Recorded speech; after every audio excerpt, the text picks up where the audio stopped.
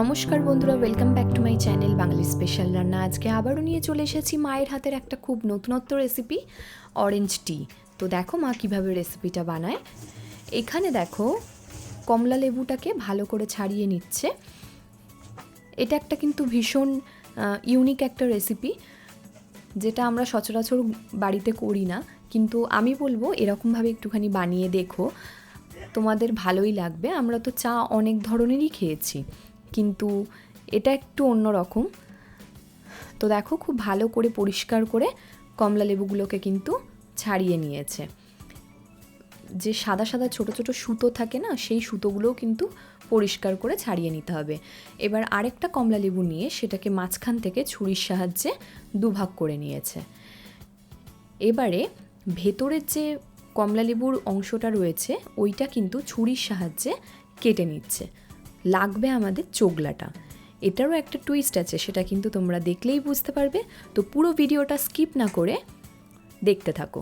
তো দেখো বার করে নেওয়ার পরে এই খোলাটার মধ্যে পেছনে এই একটা কাঠির সাহায্যে এরমভাবে ফুটো করে নিচ্ছে। বেশ অনেকগুলোই করে নিচ্ছে যাতে সুবিধা হয়। তো তোমরা যারা আমাদের চ্যানেলে নতুন তারা কিন্তু অবশ্যই বাঙালি স্পেশাল রান্না চ্যানেলটিকে সাবস্ক্রাইব করে দিও।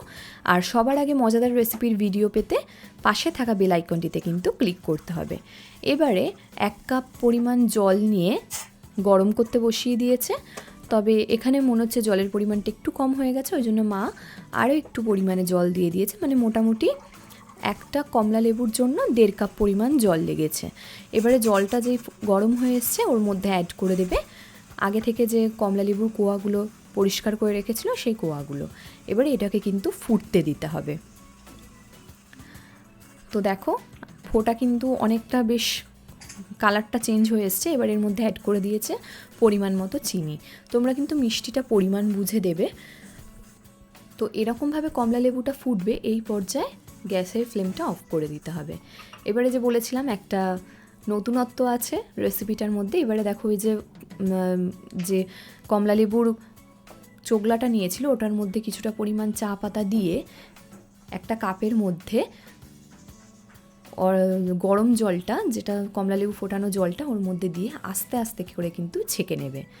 এটাই হচ্ছে একটা ইউনিক পদ্ধতি, যেটা চা ছাঁকনিতেও করা যেত, কিন্তু মা এরকম কমলা লেবুর চোগলাটাকেই ছাঁকনি হিসাবে ব্যবহার করেছে, যাতে ফ্লেভারটা আরও সুন্দর আসে আর দেখতেও যাতে সুন্দর হয়। তো দেখো আস্তে আস্তে করে কিন্তু মা নাড়িয়ে নাড়িয়ে জলটাকে কি সুন্দর ছেঁকে নিচ্ছে। আর কালারটা জাস্ট তোমরা তুললে দেখতে পাবে কি সুন্দর কালারটা এসছে। তো চাটা কিন্তু যদি ওর মধ্যে ফুটতে দেওয়া হতো তাহলে কিন্তু অরেঞ্জ টিটা তেতো হয়ে যেত। এই কারণের জন্যেই এই পদ্ধতি অবলম্বন করা। তো দেখো প্রথম পোর্শনে কিন্তু জলটা ছাঁকা হয়ে গেছে, আর যেটুকুনি বাকি ছিল সেটুকুনি দিয়ে মা ভালো করে ছেঁকে নিচ্ছে। বিশ্বাস করো খেতে দুর্দান্ত হয়েছিল। মানে একটু অন্যরকম, ট্রাই করাই যায়। তো মা এটা করেছিল, খুব ভালো হয়েছিল খেতে। তোমাদের যদি এই রেসিপি ভালো লেগে থাকে তাহলে কিন্তু লাইক, শেয়ার, কমেন্ট করতে ভুলো না। Tata, thank you.